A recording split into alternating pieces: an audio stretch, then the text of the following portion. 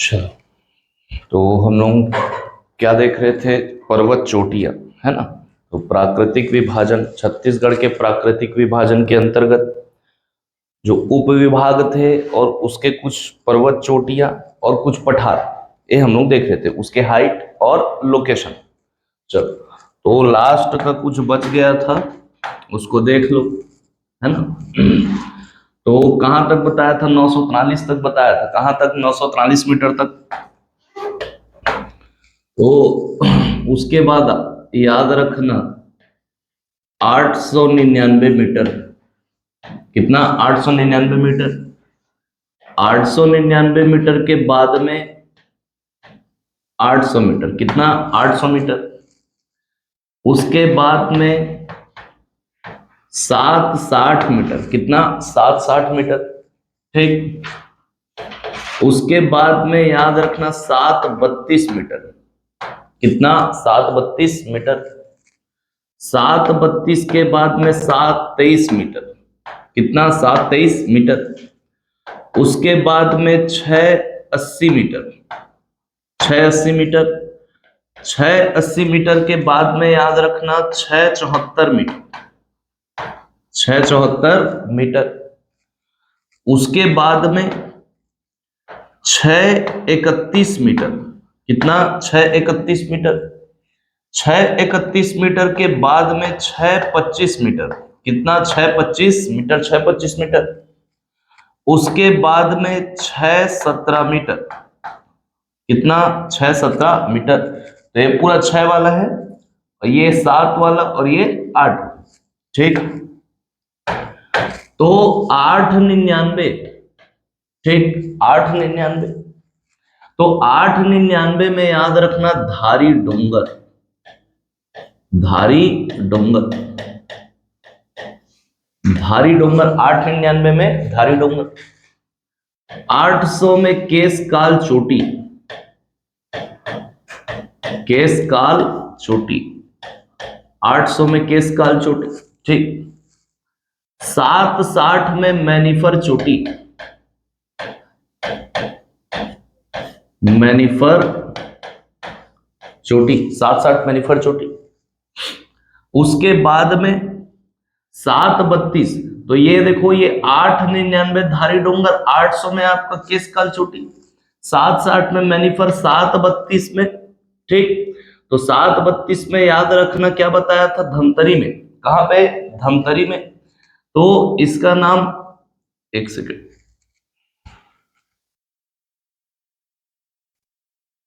732 में गिधावा। क्या? गिधावा। गिधावा चोटी। ठीक। 723 में लैलूंगा का पठार। 723 में लैलूंगा का पठार। 723 लैलूंगा का पठार। ओके। 680 में मुंडागिरी चोटी। 680 में मुंडागिरी चोटी। कितना? 680 मुंडागिरी चोटी। उसके बाद में 674 में राजहरा। राजहरा की चोटी। दिल्ली राजहरा, बालोद राजहरा की चोटी। 631 में कटी गांव की चोटी। कटी गांव की चोटी। ठीक। 625 में पाना बरस। 625 पाना बरस की चोटी, पहाड़ी। 617 में बोरडा। 617 में बोरडा, बोरडा चोटी। क्लियर? तो इतना चोटी याद रखोगे हाइट के साथ। ठीक। तो 899 धारी डोंगर। तो धारी डोंगर ये आपको कहां मिलेगा? शिशुपाल पर्वत में। कहां? शिशुपाल पर्वत। शिशुपाल पर्वत यानी कि आपका महासमुंद। कहां पे? महासमुंद। ठीक, महासमुंद, शिशुपाल पर्वत पे धारी डोंगर। केशकाल चोटी, ये आपका केशकाल पहाड़ी। केशकाल पहाड़, केशकाल घाटी। ये कहां मिलेगा आपको? कोंडागांव में। कहां पे? कोंडागांव। ठीक। 760 मैनिफर चोटी। ठीक, तो ये आपको रायगढ़ में मिलेगा, नीच घाट का दक्षिणी हिस्सा। कहां मिलेगा? नीच घाट का जो दक्षिणी हिस्सा है वहां पे आपका कहां जिला कौन सा होगा? रायगढ़। जिला कौन सा होगा? रायगढ़। गिधावा चोटी ये आपका धमतरी। कहां पे? धमतरी। गिधावा चोटी धमतरी। लैलूंगा का पठार ये भी आपका नीच घाट का दक्षिणी हिस्सा। नीच घाट का दक्षिणी हिस्सा ये भी कहां मिलेगा आपको? रायगढ़ में। कहां पे? रायगढ़ में। रायगढ़। ओके। मुंडागिरी चोटी ये आपका कहां पे है? धमतरी में। कहां? धमतरी। धमतरी। राजहरक चोटी बालोद में। कहां मिलेगा? बालोद। 631 कटी गांव की चोटी ये भी कहां? आपका धमतरी में। कहां पे? धमतरी। क्लियर। 625 पाना बरस। ठीक, तो ये आपका राजनांदगांव में। कहां पे? राजनांदगांव। पहले अभी आपको क्या लेना है? मोला और मान। क्लियर। 617 बोर्डा ये भी आपका कहां पे? धमतरी। कहां पे? धमतरी। क्लियर, याद रहेगा। चलो उसके बाद याद रखना है 586 मीटर। 586 मीटर। उसके बाद में याद रखना 700 से 750 मीटर। 700 से 750 मीटर। और 600 से 900 मीटर। 600 से 900 मीटर। तो 586 ये आपका सिहावा पर्वत। क्या है? सिहावा पर्वत। 586 क्या है? सिहावा पर्वत। ओके। 700 से 750, तो 700 से 750 में याद रखना यहां पे क्या आएगा आपको? तो अकलतरा में। कहां पे? अकलतरा। जांजगीर चांपा में कौन सा पहाड़ी है? ठीक,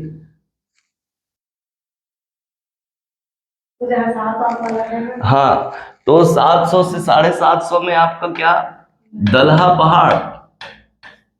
दलहा पहाड़। और 600 से 900 के बीच में ये आपका छुरी उदयपुर मातीरिंगा की पहाड़ी। छुरी उदयपुर मातीरिंगा की पहाड़ी।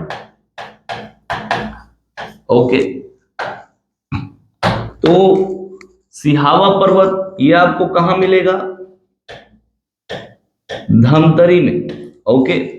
दलहा पहाड़ अभी बताया अकलतरा। कहां? अकलतरा, यानी कि आपका जांजगीर चांपा। ठीक। और छुरी उदयपुर मातीरिंगा की पहाड़ी ये आपको कहां मिलेगा? सरगुजा। कहां पे? सरगुजा। क्लियर। तो ये हाइट के साथ में इसको याद रखो। क्लियर, ये उस दिन छूट गया था। चलो, तो यहां पे आपका प्राकृतिक विभाजन, उसके सारे प्राकृतिक प्रदेशों के विभाग कहां कहां उनका विस्तार है। ओके।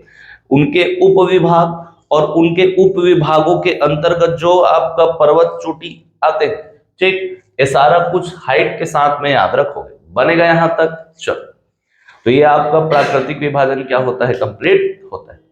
ठीक। चलो, अब अगला जो टॉपिक है वो होगा कौन सा आपका? तो छत्तीसगढ़ में मिट्टी। कौन सा? छत्तीसगढ़ में मिट्टियां। तो मिट्टी को देखेंगे। छत्तीसगढ़ में मिट्टी। ओके। चलो देखो, तो किसी भी क्षेत्र के यदि आप मिट्टी के बारे में जानकारी रखते हो, है ना, कि वहां पर कौन कौन सी मिट्टियां पाई जाती है, तो मिट्टी के बारे में यदि जानकारी है तो वहां पर आप वहां के कृषि का क्या कर सकते हो? निर्धारण कर सकते हो, है ना। तो मिट्टी का निर्माण कैसे होता है? तो चट्टानों के क्षरण से। कैसे होता है? चट्टानों के क्षरण से। तो जो जो प्रकार के चट्टान यदि आप पढ़े हो, है ना, तो उनका यदि आपको जानकारी है तो मिट्टी को लोकेट करने में आपको दिक्कत नहीं होगा। क्लियर। तो सारे जो चट्टान होंगे, चट्टानों के क्षरण से ही क्या बनेगी? मिट्टी बनेगी। और यदि मिट्टी के बारे में आप जानकारी रखते हो तो वहां पे वर्षा कैसी है ना, क्योंकि मिट्टी का प्रारूप किस पर निर्भर करता है? एक प्रकार से यदि देखें तो वर्षा पे। वर्षा अधिक होगी तो वहां पर अलग प्रकार की मिट्टी पाई जाएगी। तो मिट्टी यदि आपको पता है तो सीधी सी बात है कि कौन सी मिट्टी में कौन से फसल को उत्पादन करेंगे, तो हम यहां से क्या कर सकते हैं? कृषि का निर्धारण भी कर सकते हैं, क्योंकि अलग अलग प्रकार की मिट्टी में अलग अलग प्रकार के फसल उत्पादित होते हैं। ऐसा नहीं है कि एक फसल, एक मिट्टी में आप दूसरा फसल उगा रहे हो तो जितना उसको उस ही मिट्टी में उत्पादित होना चाहिए उतना नहीं होगा, है ना। अब उगा रहे हो आप धान, तो धान के लिए लाल पीली मिट्टी होनी चाहिए। अब वहां पे आप गन्ना उगा रहे हो, उत्पादन तो हो जाएगा लेकिन जैसा होना चाहिए वैसा नहीं हो पाता है। ओके, तो मिट्टी भारत में पढ़ चुके हैं हम लोग कि भारत में कितने प्रकार की मिट्टियां पाई जाती है। वो मुख्य रूप से पूरे इंडिया के पर्पस में हम लोग देखे थे। आज हम लोग देखेंगे छत्तीसगढ़ की मिट्टियां। ठीक, तो देखा जाए तो छत्तीसगढ़ में 5 प्रकार की मिट्टियां पाई जाती है। कितने प्रकार की? 5 प्रकार की। ओके, एक लाल पीली मिट्टी,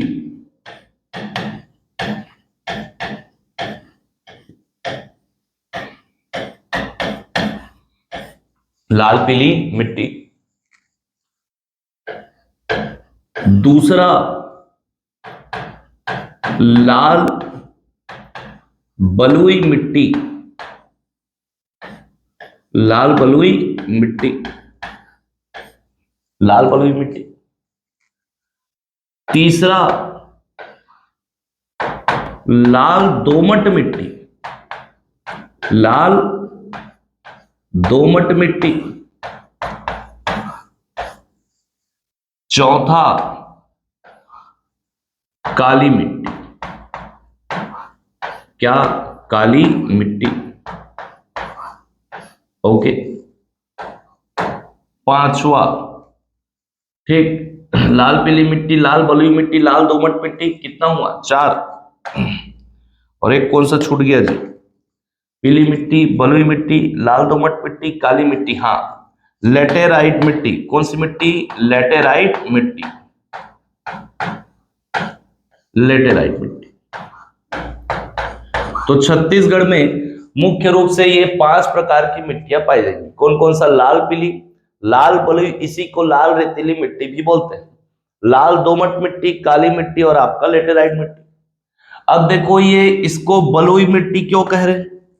क्योंकि इस मिट्टी में रेत की मात्रा क्या होगी? ज्यादा होगी। रेत की मात्रा क्या होगी? ज्यादा होगी। ये दोमट मिट्टी, कौन सा मिट्टी? दोमट मिट्टी। तो इसमें क्ले, ठीक है, मृतिका की मात्रा क्या होती है? ज्यादा होती है, तो इसको क्या बोलते हैं? लाल दोमट मिट्टी। ओके, तो ये 5 प्रकार की मिट्टियां क्या है? छत्तीसगढ़ में पाई जाती है। अब यदि इनका क्षेत्र देखें, ठीक, कि कहां कहां है आपको देखने को मिलेगी, तो हम लोग छत्तीसगढ़ के 4 प्राकृतिक प्रदेशों में इसका क्या देखेंगे? एरिया देखेंगे। ठीक, तो ये आपका छत्तीसगढ़, यहां पे क्या होगा? जसपुर सामरी पाट प्रदेश। ये आपका क्या? पूर्वी बघेलखंड का पठार। बीच वाला हिस्सा क्या है? छत्तीसगढ़ का मैदान। और नीचे क्या होगा? दंडकारण्य का पठार। ओके, यहां पे पढ़े थे हम लोग क्या? मैकल श्रेणी। क्या देखे थे? मैकल श्रेणी। ये आपका मैकल श्रेणी। ओके, आकृति कैसा बताया था इसका? मैं तो बोला था कि ये आपको पंखाकार रूप में देखने को मिलेगा, ऐसे बताया था। और बीच का हिस्सा कैसे है? तो आपका कटोरे के आकार में। तो ये आपका पूरा हिस्सा ऐसा, ठीक। तो ये आपका दंडकारण्य का पठार और ये आपके 4 प्राकृतिक प्रदेश। ठीक, चलो, तो बोल रहा है लाल पीली मिट्टी। क्या? लाल पीली मिट्टी। तो लाल, अब ये पूर्वी बघेलखंड का पठार, ये छत्तीसगढ़ का मैदान, ये आपका दंडकारण्य का पठार और जसपुर सामरी पाट प्रदेश। तो लाल पीली मिट्टी आपको मिलेगी कहां पे? पूर्वी बघेलखंड के पठार। लाल पीली मिट्टी, तो लाल पीली मिट्टी का विस्तार कहां पे है? पूर्वी बघेलखंड के पठार। लाल पीली मिट्टी आपको मिलेगी कहां पे? छत्तीसगढ़ के मैदान में। लाल पीली मिट्टी, लाल पीली मिट्टी, ओके। ये जसपुर सामरी पाट प्रदेश में, कहां पे? जसपुर सामरी पाट प्रदेश। तो यहां पे आपको लेटेराइट मिट्टी, कौन सी मिट्टी? लेटेराइट मिट्टी। क्लियर? कहां पे? जसपुर सामरी पाट प्रदेश में, ओके। ये आपका दंडकारण्य का पठार है। तो इसमें मैं आप लोगों को बताया था, ऊपर का हिस्सा ये कहलाता है बस्तर का पठार। एरिया भी पढ़ चुके हो, बस्तर का पठार, ओके। ये नीचे वाला हिस्सा बीजापुर और सुकमा वाले क्षेत्र में, ये वाला हिस्सा कहलाता है कि आपका बस्तर का मैदान। बस्तर का मैदान, ठीक, बस्तर का मैदान। तो बस्तर के पठार में, कहां पे? बस्तर के पठार में, ओके। बस्तर के पठार में मिलेगा आपको लाल बलुई या रेतीली मिट्टी। लाल बलुई या रेतीली मिट्टी कहां पे? बस्तर के पठार पे, ओके। बस्तर के मैदान में, कहां पे? बस्तर के मैदान में। तो बस्तर के मैदान में आपको क्या मिलेगी? तो लाल दोमट मिट्टी। कौन सी मिट्टी? लाल दोमट मिट्टी। कहां पे? तो बस्तर के मैदान पे। क्लियर? एरिया क्लियर है? तो पूर्वी बघेलखंड के पठार के जगह पे आपको क्या मिलेगा? लाल पीली मिट्टी। छत्तीसगढ़ के मैदान में भी क्या मिलेगा आपको? लाल पीली मिट्टी। जसपुर सामरी पाट प्रदेश में कौन सी मिट्टी मिलेगी? तो लेटेराइट मिट्टी। अब दंडकारण्य के पठार में एक तो आपका बस्तर का पठार होगा, एक बस्तर का मैदान होगा। तो बस्तर के पठार में आपका लाल बलुई मिट्टी, कौन सी मिट्टी? लाल बलुई मिट्टी। और बस्तर के मैदान में आपका लाल दोमट मिट्टी, ओके। यहां पे आपका देखोगे तो ये मैकल श्रेणी, क्या है? मैकल श्रेणी। तो मैकल श्रेणी में आपका कबीर धाम, ओके, खैरागढ़ छुई खदान, राजनांदगांव, मोहला मानपुर, ओके। मोहला मानपुर का उत्तरी हिस्सा। तो ये पूरा आपको मैकल श्रेणी देखने को मिल रहा है। तो मैकल श्रेणी में, कहां पे? मैकल श्रेणी में। तो मोहला मानपुर अब जिला हो गया है। तो ऊपर का जो आपका अंबागढ़ चौकी वाला एरिया है उसको लेना है। ये नीचे मोहला मानपुर यहाँ पे आएगा। मोहला मानपुर कहाँ पे आएगा? यहाँ, ओके। लेकिन मोहला मानपुर जिला का जो उत्तरी हिस्सा है वो इसमें आएगा। तो यहां पे आपको मिलेगी क्या? काली मिट्टी। तो मैकल श्रेणी में क्या मिलेगी? काली मिट्टी। ये आपका यहां पे क्या होगा? धमतरी। क्या? धमतरी, ठीक। धमतरी को छोड़ दो। धमतरी के ऊपर में क्या है? गरियाबंद। गरियाबंद के ऊपर में क्या है? महासमुंद। और महासमुंद के ऊपर में क्या है आपका? रायगढ़। क्या है? रायगढ़। धमतरी को छोड़ो, ठीक। तो रायगढ़, महासमुंद और गरियाबंद, कहां कहां? रायगढ़, महासमुंद और गरियाबंद। तो रायगढ़, गरियाबंद और महासमुंद, यहां पर भी आपको देखने को मिलेगी क्या?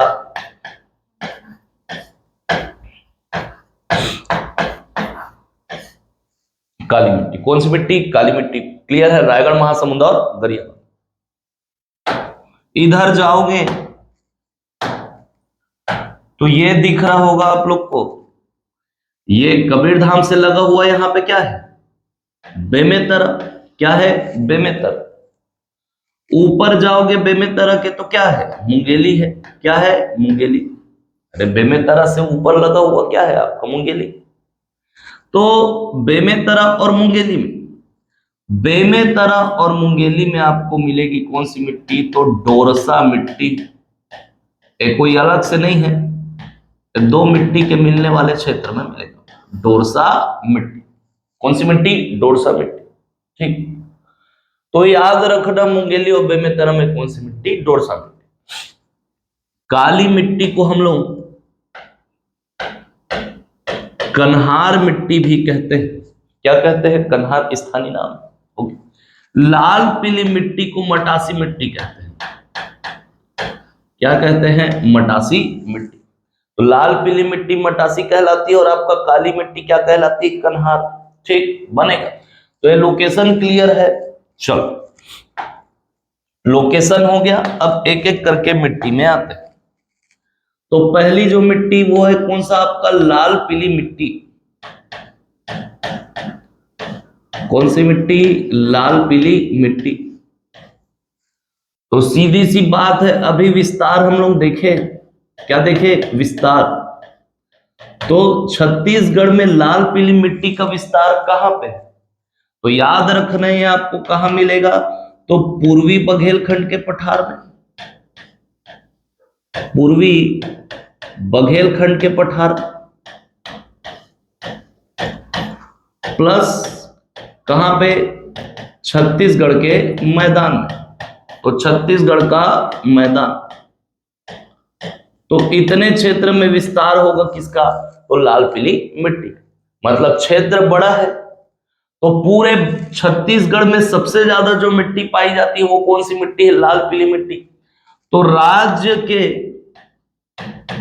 लगभग 50% भूभाग में विस्तृत है कौन? तो लाल पीली मिट्टी। कितने भाग में? 50% भूभाग में लाल पीली मिट्टी आपको देखने को मिलेगी। अब पूर्वी बघेलखंड के पठार में मैं आपको कौन सा चट्टान बताया था? गोंडवाना चट्टान। कौन सा चट्टान? गोंडवाना चट्टान। और छत्तीसगढ़ के मैदान में आपको क्या बताया था? कडप्पा शैल समूह। क्या बताया था? कडप्पा शैल समूह। तो लाल पीली मिट्टी का निर्माण कैसे हुआ?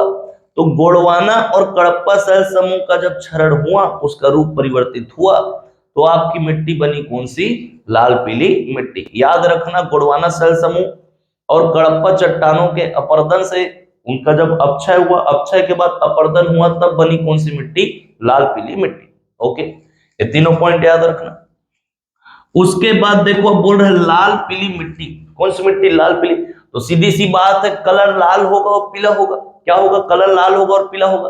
तो मिट्टी में, अब सीधी सी बात है, चट्टान में जो प्रारंभिक चट्टान थे उसमें क्या पाया जाता है? धातु के रूप में लोहा।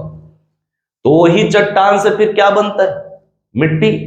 तो धीरे धीरे आपको क्या हुआ?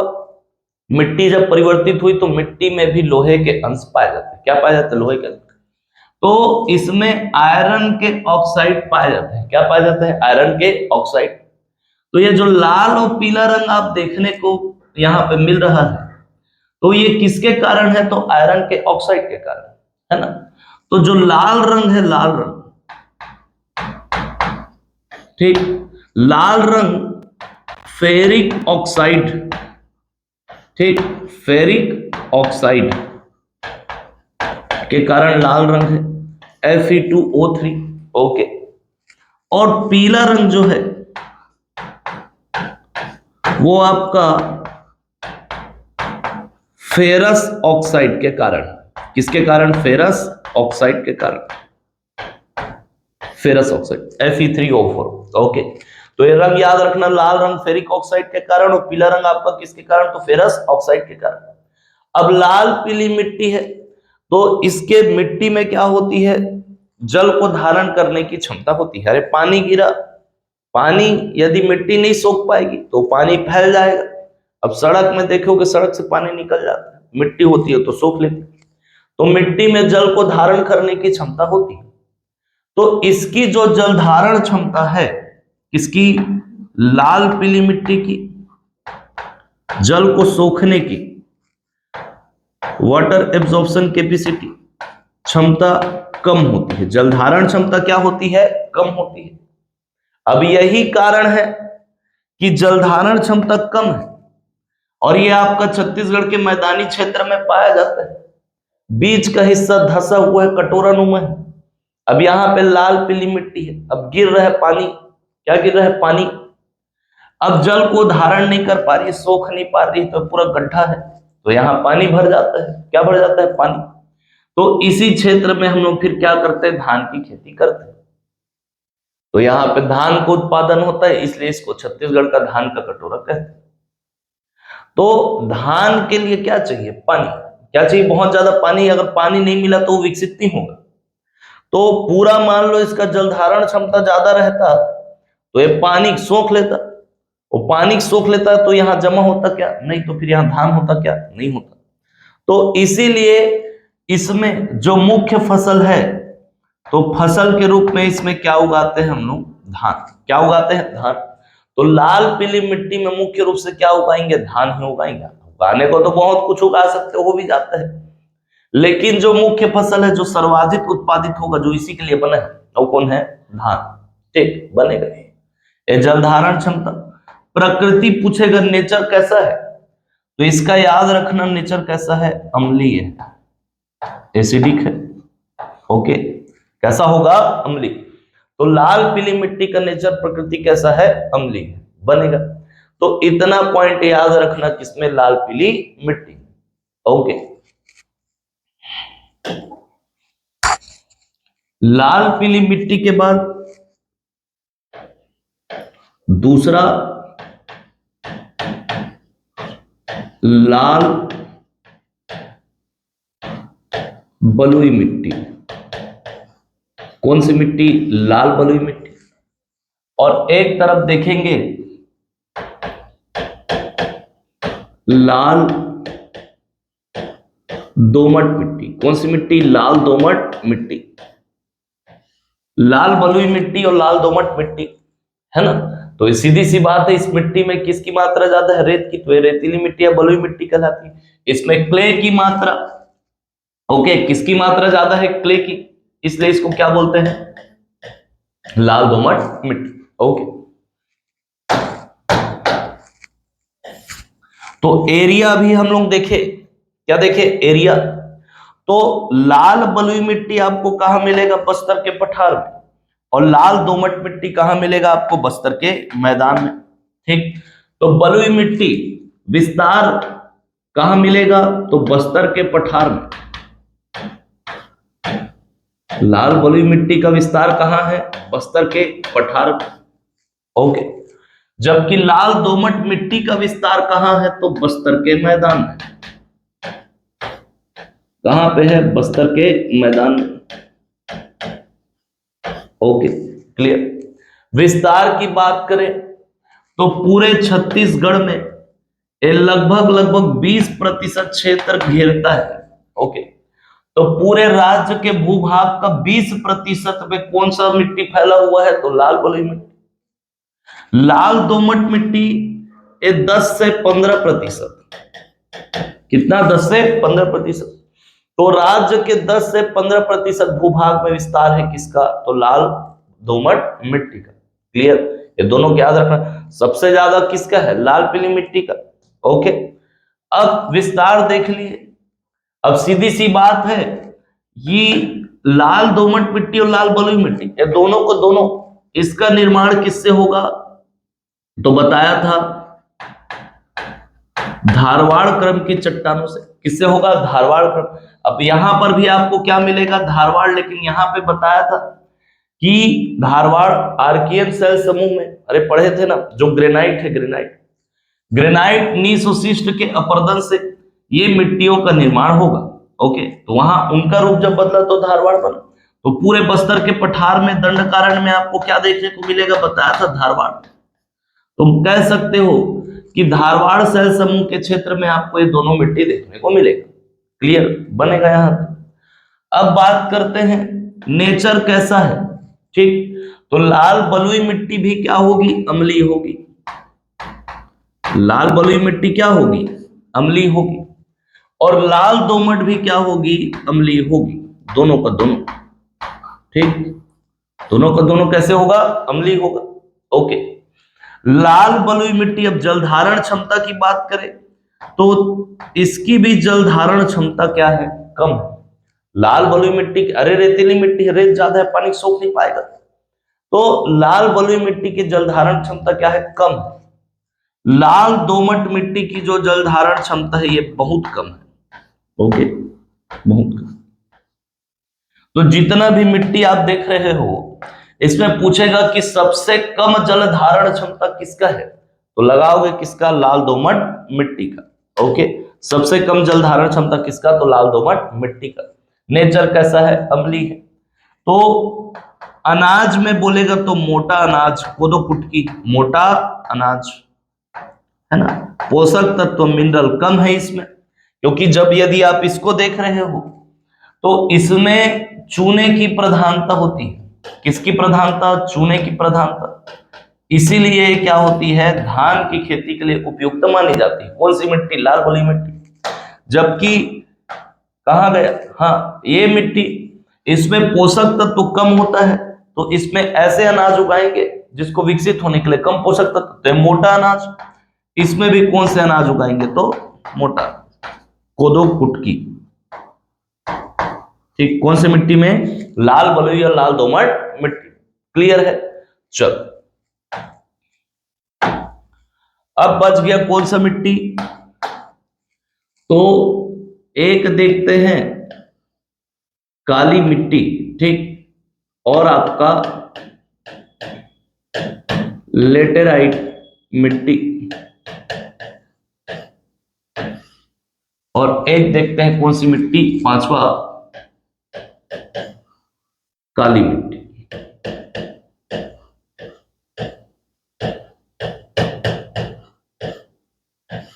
ठीक, तो विस्तार अभी बताया। लेटेराइट मिट्टी ये आपको कहां देखने को मिलेगी, जसपुर सामरी पाट प्रदेश में।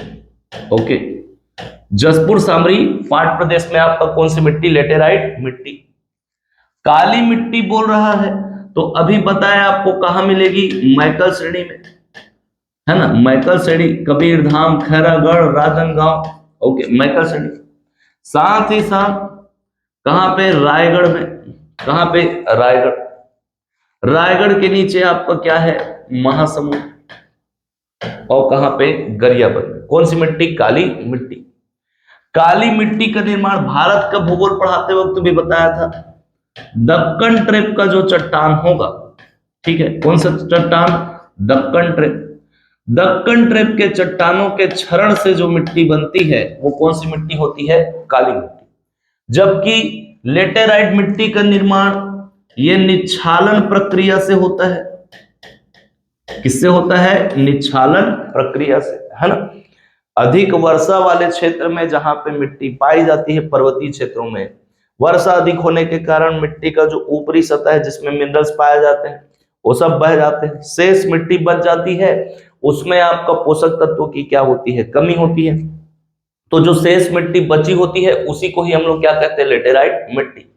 तो छन गया, क्या हो गया, छन गया, लीचिंग प्रोसेस। तो लेटेराइट मिट्टी का निर्माण कैसे होता है, निच्छालन प्रक्रिया से। काली मिट्टी, तो जहां पे दक्कन ट्रेप की चट्टानें पाई जाती हैं उसका जब क्षरण होगा, बेसाल्ट जो लावा युक्त चट्टान है उसका जब क्षरण होता है तो क्या बनती है, काली मिट्टी बनती है ना। तो इसमें भी लोहे के अंश पाए जाते हैं, क्या पाए जाते हैं, लोहे के अंश। तो इसका जो काला रंग है, काला रंग, ठीक, वो फेरिक टाइटेनियम के कारण होता है। किसके कारण, फेरिक टाइटेनियम। तो याद रखना, काली मिट्टी का जो काला रंग है वो काहे कारण होता है, तो फेरिक टाइटेनियम के कारण। ओके, याद रहेगा। तो ये काली मिट्टी और ये आपका लेटेराइट मिट्टी। अब बोल रहा है कि लेटेराइट मिट्टी का जल धारण क्षमता, ठीक, तो सीधी सी बात है, पूरा का पूरा बह जा रहा है। पानी को यदि ज्यादा सोखता तो बहता क्या, ऊपर का हिस्सा नहीं बहता। तो इसका जल धारण क्षमता क्या होगा, सीधी सी बात है, कम। क्लियर। जबकि काली मिट्टी की जल धारण क्षमता बहुत अधिक होती है। ओके, किसकी, काली मिट्टी की। तो काली मिट्टी की जल धारण क्षमता बहुत अधिक होती है। इसमें चीका की मात्रा, ओके, 50 से 55% के बीच में होती है।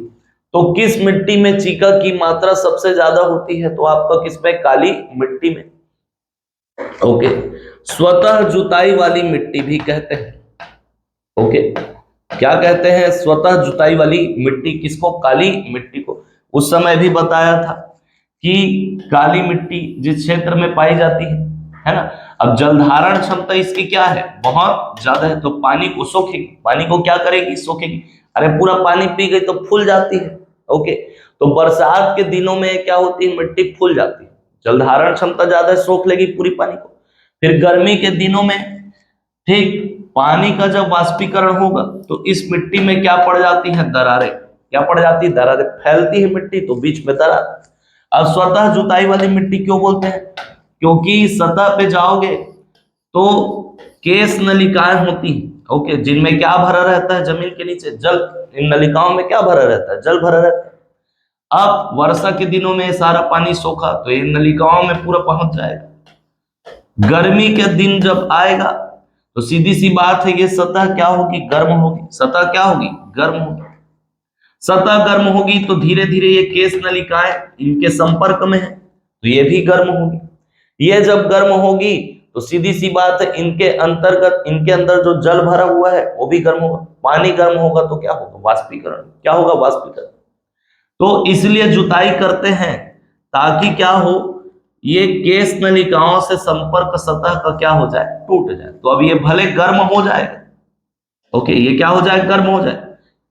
ये इनके संपर्क में नहीं है तो ये केस नलिकाएं गर्म नहीं होंगी, इनके अंदर का पानी भरा का भरा रहेगा, वाष्पीकरण नहीं होगा, इसलिए जुताई करते हैं। जबकि इसमें क्या होता है? काली मिट्टी पूरे जल को धारण कर ली, है ना।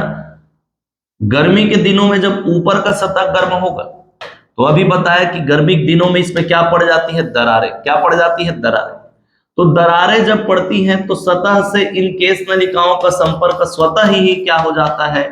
टूट जाता है। ओके, तो इसलिए नीचे जल की मात्रा बनी रहती है, तो इसको जुताई करने की आवश्यकता नहीं पड़ती। इसलिए इसको क्या बोलते हैं? स्वतः जुताई वाली मिट्टी बोलते हैं। किसको? काली मिट्टी। याद रहेगा, चीका की मात्रा सबसे ज्यादा है, जल धारण क्षमता इसकी क्या होती? बहुत ज्यादा होती है। किसकी? काली मिट्टी की बनेगा। अब प्रकृति की बात करें तो ये कैसी होगी? क्षारी।